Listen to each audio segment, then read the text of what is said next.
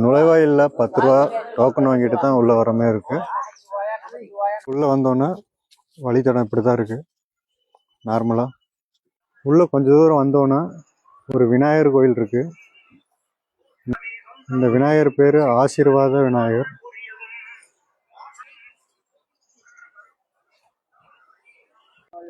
ஆசீர்வாத விநாயகர் பக்கத்துல தங்க காளியம்மன் கோயில். சாமியே ரொம்ப அழகா இருக்குல்ல.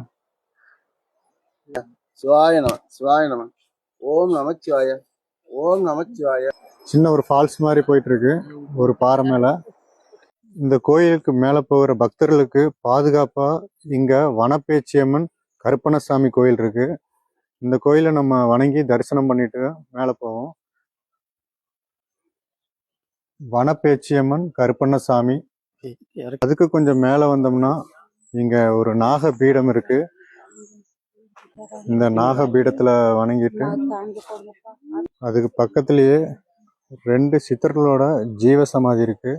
அந்த ஜீவ சமாதியை நம்ம இப்ப வணங்கிட்டு தான் மேல போக போறோம். இங்க ஒரு ஓடை இருக்கு. இந்த ஓடையோட பேரு மாங்கனி ஓடை. இந்த ஆத்துல அதிகமா தண்ணி வந்துருச்சுன்னா இந்த கயிறை பிடிச்சிட்டு நடக்கிறதுக்காக இந்த கயிறை கொடுத்துருக்காங்க. இப்ப தண்ணி அளவா தான் போயிட்டு இருக்கு. இப்ப நம்ம வந்திருக்க இடம் வழுக்குப்பாறை. இந்த இடம் தான் கொஞ்சம் ரொம்ப ஸ்ட்ரகிளா இருக்க மாட்டிருக்கு. நம்ம இதுக்கு முன்னாடி பார்த்தது அத்திப்பாறை. அத்திப்பாறை தாண்டி ஒரு ஓடை இருக்கு. அந்த ஓடையை தாண்டி நம்ம மறுபடியும் மேலே ஏறுற மாதிரி இருக்கு. இதுக்கு முன்னாடி பார்த்த வரைக்கும் கான்கிரீட் பாதையா இருந்துச்சு.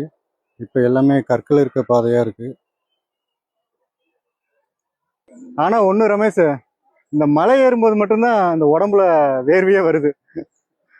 வேலை செஞ்சா தானே.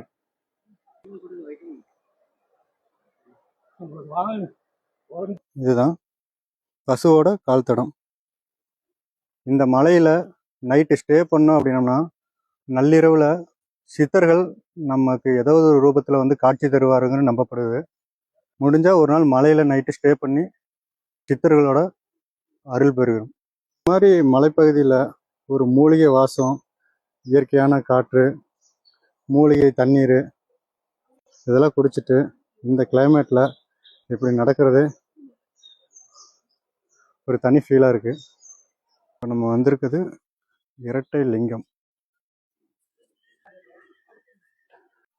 இரட்டை லிங்கத்தை தரிசனம் பண்ணியாச்சு. அங்கே சாமியை வீடியோ எடுக்கணும்னு பூசாரி சொல்லிட்டாரு.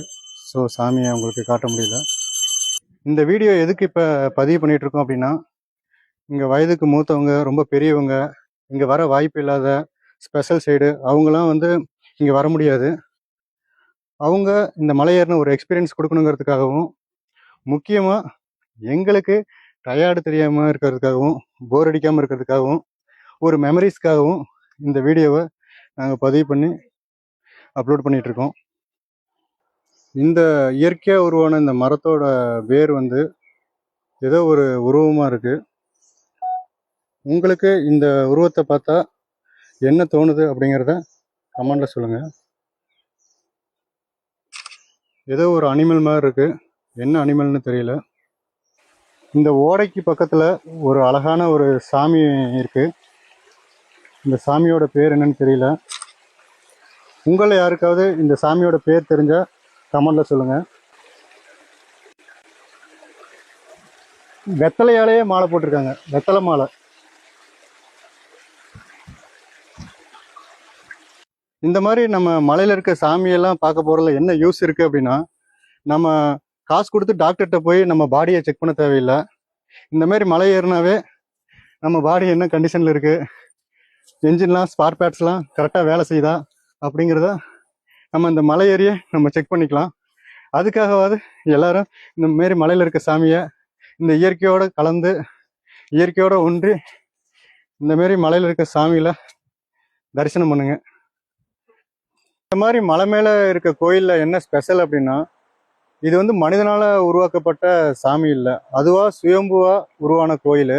அது மட்டும் இல்லாமல் நமக்கு முன்னாடி ரொம்ப முன்னோர்கள், சித்தர்கள், முனிவர்கள் அவங்கெல்லாம் இங்கே வந்து பூஜை பண்ணி வழிபட்ட ஒரு தலம். அது மட்டும் இல்லாமல் இந்த மலை மேலே இருக்க கோயிலில் பக்தி இருக்கவங்க மட்டும்தான் மேலே ஏறி சிவசிவாயா, ஓம் நமச்சிவாயா இந்த மாதிரி சொல்லிட்டு ஒரு பக்தியோட வந்து தரிசனம் பண்றவங்க மட்டும்தான் இருப்பாங்க. அதனாலேயே இந்த மாதிரி மலை மேல இருக்க சாமிக்கு கண்டிப்பா ஒரு பவர் இருக்கும்.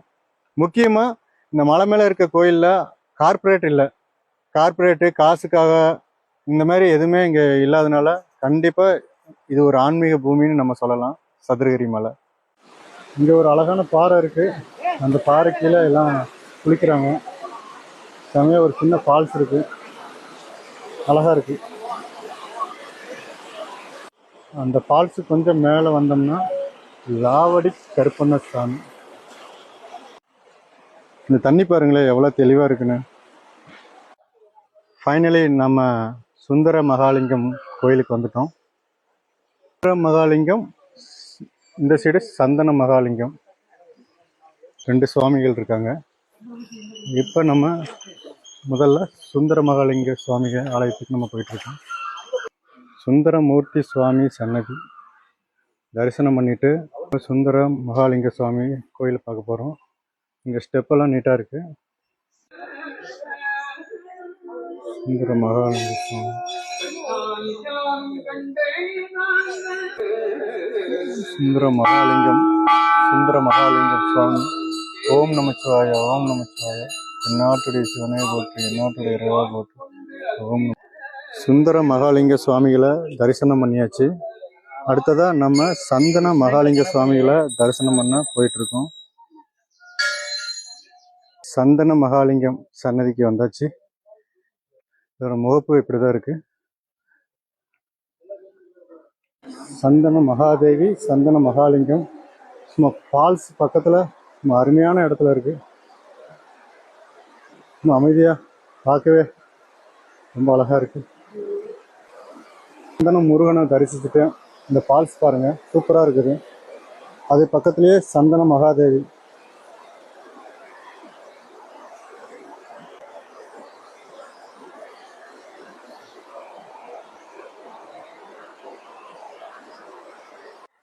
சந்தன விநாயகர், சந்தன முருகன், சந்தன மகாதேவி எல்லாத்தையும் தரிசிச்சுட்டு இப்போ நம்ம கீழே போயிட்டு இருக்கோம். ஓம் நமச்சிவாய, ஓம் நமச்சிவாய. இதுதான் சந்தன மகாலிங்கம். 11 சித்தர்கள். தரைத்தளத்திலிருந்து கிட்டத்தட்ட 4000 அடி உயரத்துல நம்ம இப்ப இருக்கோம். இந்த மலையை சுத்தி 16 மலை சதுரமா இருக்கனால இந்த மலைக்கு சதுரகிரி மலைன்னு பேரு. இந்த மலையை வந்து ஒரு சித்தர்கள் வாழும் பூமின்னு சொல்றாங்க. இங்க வந்து எல்லா சித்தர்கள் 18 சித்தர்கள் இருக்காங்க. அந்த 18 சித்தர்களும் இங்க வந்து வழிபட்டதா சொல்றாங்க. இது முக்கியமா இது சித்தர்கள் வாழ்ந்த தலம் அப்படிங்கறதுனால இது இவ்வளவு பெரிய புகழ்பெற்ற தலமா இருக்கு. கரெக்டா காலையில 7 மணிக்கு ஓபன் பண்ணாங்க. இப்போ வந்து டைம் கரெக்டா 10:45. 10:45க்கு நம்ம 2 சாமியை தரிசனம் பண்ணிட்டோம். கரெக்டா ஒரு 3 மணி நேரம் இந்த நம்ம ஏறுறதுக்கு டைம் ஆயிருக்கு. நைட்டு ஸ்டே பண்ற மாதிரி இங்க மண்டபம்லாம் கட்டி விட்டுருக்காங்க. பார்த்துட்டு இருக்கிறது அன்னதான கூடம். இங்க 24 ஹவர்ஸ் அன்னதானம் போடுறாங்க. ஆனா உண்மையிலே இந்த மாதிரி ஒரு மலையில இவ்வளோ ரிஸ்க் எடுத்து நமக்காக அரிசி காய்கறி இதெல்லாம் கொண்டு வந்து நமக்காக சமைச்சு அன்னதானம் கொடுக்குறாங்கன்னா உண்மையிலே அவங்க பாதத்தை தொட்டு நம்ம கும்பிடணும். ஃபைனலாக நம்ம சுந்தர மகாலிங்கம், சந்தன மகாலிங்கம் சுவாமி ரெண்டையும் தரிசனம் பண்ணியாச்சு. அடுத்த ஒரு வீடியோவில் நம்ம சந்திப்போம்.